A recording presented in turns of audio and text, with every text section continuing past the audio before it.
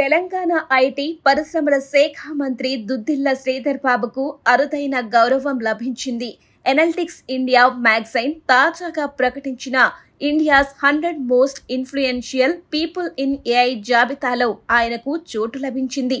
తమ సమర్థవంతమైన నాయకత్వం, నూతన ఆవిష్కరణలకు ప్రోత్సాహమిస్తూ భారత్ను ఏఐ రంగంలో అగ్రగామిగా తీర్చిదిద్దేందుకు కృషి చేస్తున్న వ్యక్తులకు ఇందులో చోటు కల్పించారు.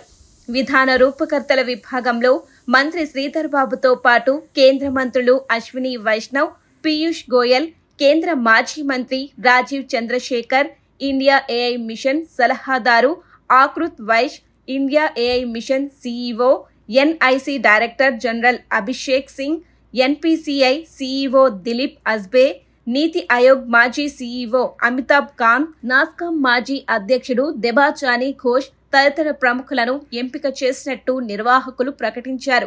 మంత్రి శ్రీధర్ బాబు నాయకత్వంలో ఏఐ రంగంలో తెలంగాణ ఇతర రాష్ట్రాలకు రోల్ మోడల్ గా మారిందని, అందుకే ఆయనను ఈ జాబితాలో చేర్చినట్టు ఎనలిటిక్స్ ఇండియా మ్యాగజైన్ నిర్వాహకులు ప్రకటించారు.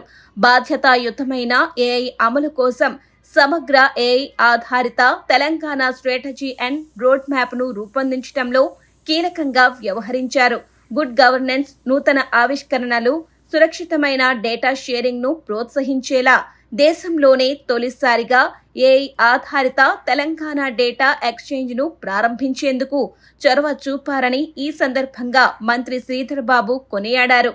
గ్లోబల్ ఏఐ సమ్మిట్ నిర్వహణలోనూ మంత్రి శ్రీధర్ బాబు కీలకంగా వ్యవహరించారు. తెలంగాణలో ఏఐ ఎకోసిస్టమ్ ను మరింత బలోపేతం చేసేలా 2025 100 గ్లోబల్ క్యాపబిలిటీ సెంటర్లను ప్రారంభించాలనే లక్ష్యంతో ముందుకెళ్తున్నారు.